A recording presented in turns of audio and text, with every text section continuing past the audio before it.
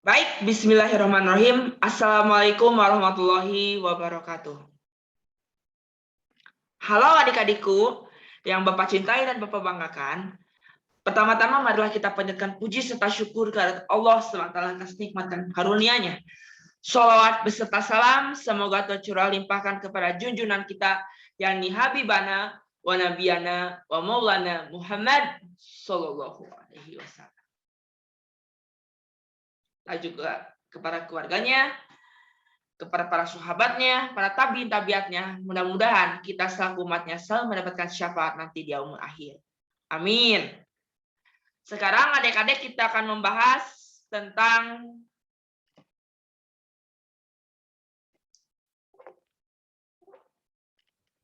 toleransi dan menghargai perbedaan.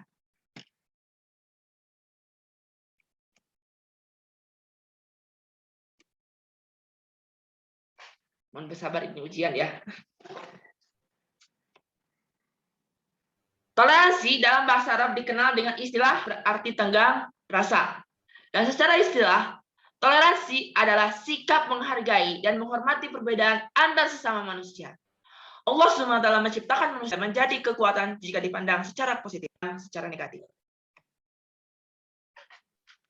Jika kita memperhatikan salah satu unsur bangunan, misalnya tembok, maka tembok itu terdiri atas beberapa bagian, yaitu batu bata, besi, sendiri, tanpa ada rasanya persatuan dan keterkaitan, maka tidak akan mempunyai kekuatan. Setelah bagian dan disusun dengan rapi, maka ia menjadi satu bangunan yang kokoh. Ini semua menggambarkan bahwa perbedaan merupakan sumber kekuatan apabila bersatu dan bekerja sama. Oleh karena itu, Islam mengajarkan untuk menghargai dan menghormati perbedaan. Apabila umat Islam tidak bersatu, maka kekuatan Islam akan lemah dan mudah goyah. Hal ini atau tidak saling menghargai perbedaan, saling bermusuhan, dan saling bertengkar. Toleransi dalam Islam mencakup dua hal, yaitu toleransi antar sesama muslim dan toleransi kepada non-muslim. Toleransi antar sesama muslim berarti menghargai dan menghormati perbedaan pendapat yang ada di dalam ajaran agama Islam. Misalnya perbedaan pendapat mengenai jumlah rakaat salat tarawih. Sebagian umat Islam melaksanakan salat tarawih, ada yang 8 rakaat ditambah 3 rakaat salat witir, sebagian yang lain melaksanakan 20 rakaat ditambah 3 rakaat salat witir. Kedua pendapat ini harus dihargai dan dihormati karena masing-masing memiliki hukum dasarnya masing-masing. Perbedaan-perbedaan dalam tubuh agama Islam masih bisa ditoleransi apabila terjadi dalam masalah furu'iyah atau cabang, seperti jumlah rakaat salat tarawih, doa kunut, dan lain-lain. Namun, kita tidak boleh toleransi dalam masalah usul atau pokok Islam, misalnya kitab suci Al-Quran, kiblat, dan nabi. Ada orang yang mengaku Islam, tetapi kiblatnya bukan Ka'bah, maksudnya kiblat sholatnya. Maka kita harus menolak keras pendapat seperti ini. Namun tidak boleh berbuat anarkis atau menghakimi sendiri dengan tindak kekerasan. Begitu pula dengan kitab sucinya bukan Al-Quran dan nabinya juga bukan Nabi Muhammad. Kita tidak boleh bersikap anarkis dalam hal menolak itu atau membuat hakim sendiri, tapi kita bisa bicarakan baik-baik ya mengenai hal ini.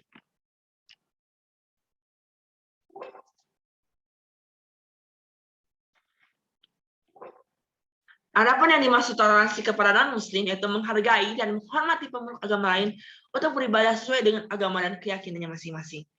Rasulullah SAW telah mencontohkan toleransi antar umat beragama, baik ketika beliau di Mekah maupun di Madinah. Suatu ketika orang-orang kafir Mekah menamakan toleransi kepada Rasulullah. Toleransi hanya terbatas pada masalah keduniaan saja. Misalnya masalah ekonomi, politik, ya. Tidak boleh ada toleransi dalam bidang akidah atau bidang keyakinan dan ibadah, itu tidak boleh.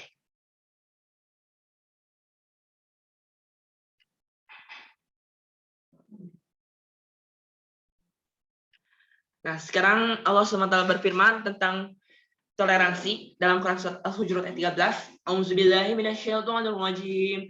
Bismillahirrahmanirrahim. Ya ayuhan nasu inna khalaqnakum min dzakarin wa unsa wa ja'alnakum syu'uban wa qabaila lita'arafu. Inna akramakum indallahi atqakum. Innallaha alimun khabir. Artinya, wahai manusia, sungguh kami telah menciptakan kamu dari seorang laki-laki dan seorang perempuan. Kemudian kami jadikan kamu berbangsa-bangsa dan bersuku-suku agar kamu saling mengenal. Sesungguhnya yang paling mulia di antara kamu di sisi Allah SWT ialah orang yang paling bertakwa. Sungguh Allah Maha mengetahui, Maha teliti. Quran surat Al-Hujurat ayat 13.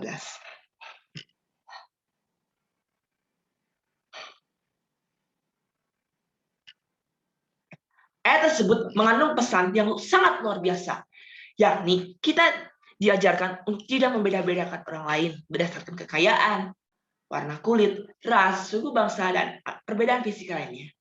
Akan tetapi, kita diajarkan untuk menjadi orang yang paling mulia di sisi Allah SWT berdasarkan ketakwaan kita. Kita juga diperintahkan untuk saling mengenal berbagai macam jenis dan karakter manusia agar mampu memahami kelebihan dan memahami kekurangan dari masing-masing manusia tersebut. Allah SWT tidak pernah membeda-bedakan manusia dari bentuk tubuh ataupun harta bendanya. Namun Allah SWT melihat manusia itu dari perbuatan amal soleh dan kebersihan hatinya. Manusia yang paling mulia di sisi Allah berdasarkan firman tersebut adalah manusia yang paling banyak amal solehnya dan paling bersih hatinya, atau yang paling bertakwa.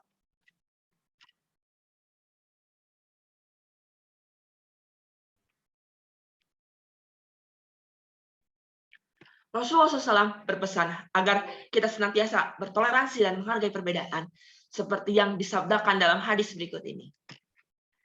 An Abi Hurairah radhiyallahu anhu qala Rasulullah SAW, innallaha la yanzuru ila suwarikum wa amwalikum walakin yanzuru ila qulubikum wa amalikum. Rawahu Ibnu Majah. Artinya diriwayatkan dari Abu Hurairah radhiyallahu anhu yang dimaafkan kepada Nabi Muhammad SAW. Beliau bersabda, sesungguhnya Allah tidak melihat kepada rupa dan harta benda kalian, tetapi Ia hanya memandang kepada amal dan hati kalian. Hadis riwayat Ibnu Majah. Sebagai seorang muslim, hendaknya menghargai perbedaan di antara kaum mukminin, sebab sama mukmin adalah bersaudara, yang satu sama lain saling menguatkan. Hal ini sesuai dengan sabda Rasulullah SAW. Nabi Musa al-Asy'ari radhiyallahu anhu qala Rasulullah SAW, al-mu'minu lil mu'mini kal bunyani yashuddu ba'dahu ba'dun. Rawahu Tirmizi. Artinya diriwayatkan dari Abu Musa al-Asy'ari radhiyallahu anhu, ia berkata, Rasulullah SAW bersabda, antara seorang mukmin dengan mukmin yang lainnya adalah bagaikan satu bangunan, saling menguatkan satu sama lain. Hadis riwayat At-Tirmizi. Setelah membaca penjelasan ini, apakah kalian siap untuk menjadi orang yang penuh dengan toleransi dan mau menghargai perbedaan? Mau. Untuk menjadi hamba Allah yang seperti itu tidaklah sulit, hanyalah berlatih. Latihan yang paling sederhana sekali dimulai dari lingkungan sekitar kita. Misalnya dalam keluarga mau menghargai kesukaan anggota keluarga yang lain, dan di sekolah seperti itu mau menghargai pendapat teman-teman saat berdiskusi kelompok. Hal seperti ini mungkin bagi kalian tidak sepele, tetapi apabila kalian biasakan dalam kehidupan sehari-hari, maka kalian akan lebih mudah untuk bertoleransi dan menghargai perbedaan dalam kehidupan bermasyarakat, berbangsa, dan bernegara. Jika diri kita sudah terbiasa bertoleransi dan menghargai perbedaan, maka kehidupan akan menjadi lebih tenang dan penuh kebahagiaan. Amin. Sikap toleransi dalam kehidupan sehari-hari. Toleransi merupakan salah satu akhlak mulia atau akhlakul karimah yang harus dimiliki oleh setiap muslim. Dengan menjunjung tinggi sikap menghargai perbedaan ini, maka kehidupan masyarakat akan damai dan sejahtera. Oleh karena itu, kita harus menanamkan toleransi dalam kehidupan sehari-hari, baik di lingkungan sekolah, rumah, maupun masyarakat. Dalam kehidupan toleransi sehari-hari, toleransi dapat diwujudkan dengan sikap-sikap sebagai berikut ini. Pertama, bergaul dengan semua teman tanpa membedakan agama. Yang kedua, menghargai dan menghormati perayaan hari besar keagamaan umat lain. Maksudnya, seperti mungkin hanya masalah keduniaan saja, tidak untuk masalah akidah. Oke, paham? Tidak menghina dan mengejek-ejekkan ajaran agama lain,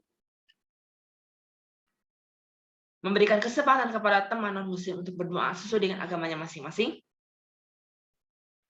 memberikan kesempatan untuk melaksanakan ibadah bagi non-muslim, ini masih berkaitan dengan poin nomor 4, ya, sama saja. Memberikan rasa aman kepada umat yang lain yang sedang beribadah, jadi melindungi, maksudnya. Melindungi hanya urusan duniawi. Oke? Tidak memaksa kehendak kepada orang lain. Apabila kita sedang berdiskusi, kita juga jangan memaksa kehendak orang lain. Bahwa keputusanku ini benar, keputusanku itu benar. Padahal di mata orang lain tuh mungkin salah. Yang seterusnya, mengadakan silaturahmi dengan tetangga yang berbeda agama. Dengan yang sesama muslim itu juga harus berbeda agama itu. Sesama juga, yang penting sesama dulu lah, minimal. Untuk mengadakan silaturahmi itu. Minimal sesama. Dan akan lebih terasa lebih lagi jika kita mengadakan silaturahmi dengan tetangga yang berbeda agama. Tapi jangan menyangkut pautkan masalah akidah dan ibadah. Ya. Menolong tetangga beda agama yang sedang mengalami kesusahan. Mudah-mudahan menjadi amal jariah bagi kita. Amin. Lebih dari itu, sikap toleransi kepada sesama muslim harus lebih diperkokoh. Hal ini pernah dicontohkan Rasulullah SAW dan umat Islam ketika berada di Madinah.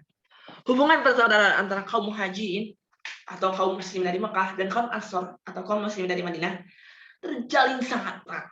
Kehidupan kedua golongan itu satu dan saling bekerja bersama dengan muhajirin. Jika muhajirin memiliki makanan dan minuman, maka makanan dan minuman itu bagi kepada kaum Ansor dengan persaudaraan dan toleransi yang sangat tinggi. Seperti ini, maka umat Islam waktu itu mempunyai ikatan yang kokoh. Rasulullah SAW menyebutkan umat Islam sebagai satu tubuh. Jika ada bagian yang tubuh yang sakit, maka anggota tubuh yang lain juga ikut merasakan sakit. Demikian pula dengan umat Islam, jika ada seseorang yang anggota masyarakat yang mengalami kesulitan, maka warga yang lain hendaklah membantunya. Kepada umat agama lain, Islam juga mengajarkan toleransi. Dalam Islam tidak ada ajaran supaya membenci atau memusuhi umat agama lain. Islam mengajarkan umatnya untuk hidup berdampingan dalam suasana damai, rukun, dan saling tolong-menolong dan saling mengerti. Rasulullah SAW dan umat Islam sudah mencontohkan toleransi antar umat beragama pada waktu berada di Madinah. Umat Islam, Nasrani, dan Yahudi diberi kebebasan dan dijamin hak-haknya untuk melaksanakan ibadahnya masing-masing. Meskipun Rasulullah SAW telah mendakwahkan dia untuk supaya masuk Islam, tetapi dengan cara damai, tidak memaksa supaya mereka masuk Islam dengan cara damai, ya. Namun perlu diingat bahwa toleransi kepada golongan muslim hanya terbatas pada masalah duniawi, seperti kerjasama dalam bidang ekonomi, sosial budaya, politik, dan masalah-masalah yang lain yang berkaitan dengan keduniaan. Adapun yang berkaitan dengan masalah akidah dan ibadah harus sesuai dengan agamanya masing-masing. Toleransi dan kedamaian negeri. Toleransi antar umat beragama Indonesia sudah berjalan baik, sangat baik, maka sangat baik. Namun tetap harus perlu dijaga. Indonesia sudah terbiasa dengan perbedaan agama dan keyakinan di antara mereka. Meski harus kita akui bahwa masih ada kasus-kasus kecil akibat salah paham di antara warga negara. Namun kehidupan beragama Indonesia sudah mencerminkan toleransi yang tinggi. Semua agama mengajarkan kedamaian dan hidup rukun dengan sesama warga negara. Tidak ada agama yang menganjurkan pemeluknya untuk saling bermusuhan dan saling menghina umat agama lain. Demikian pula dengan agama Islam. Ajaran Islam penuh dengan pesan-pesan damai dan saling menghargai perbedaan. Kita diajarkan untuk menghormati dan menghargai perbedaan agama dan keyakinan di antara sesama warga negara. Apabila ada kekerasan yang mengatasnamakan agama, maka kita harus menolaknya. Islam tidak pernah mengajarkan untuk berbuat aniaya dan berbuat kerusakan. Dakwah Islam tidak boleh dilaksanakan dengan kekerasan atau paksaan. dakwah seperti ini harus dilaksanakan dengan cara santun, menarik, dan bijaksana. Dan dakwah seperti inilah yang dicontohkan Rasulullah SAW. Kunci keberhasilan dakwah beliau adalah berakhlakul karimah terhadap sesama orang.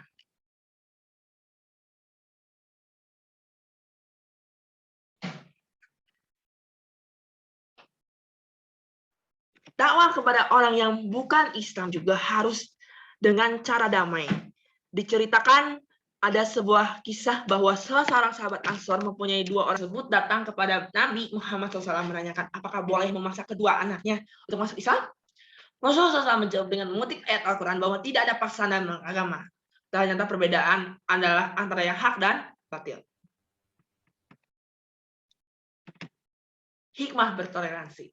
Adapun hikmah yang bisa kita petik dari kita yang selalu bersikap toleransi. Di antaranya, pertama, menghindari perpecahan.